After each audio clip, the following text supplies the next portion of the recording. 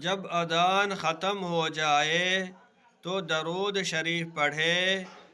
پھر یہ دعا پڑھے: اللہم رب هذه الدعوة التامة والصلاة القائمة آت محمدا الوسيلة والفضيلة وابعثه مقاما محمودا الذي وعدته انك لا تخلف الميعاد۔ اے اللہ،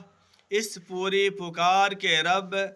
اور قائم ہونے والی نماز کے رب، محمد صلی اللہ علیہ وسلم کو وسیلہ عطا فرما اور فضیلت عطا فرما، اور ان کو مقام محمود پر پہنچا جس کا تو نے ان سے وعدہ فرمایا ہے، بے شک تو وعدہ خلافی نہیں کرتا۔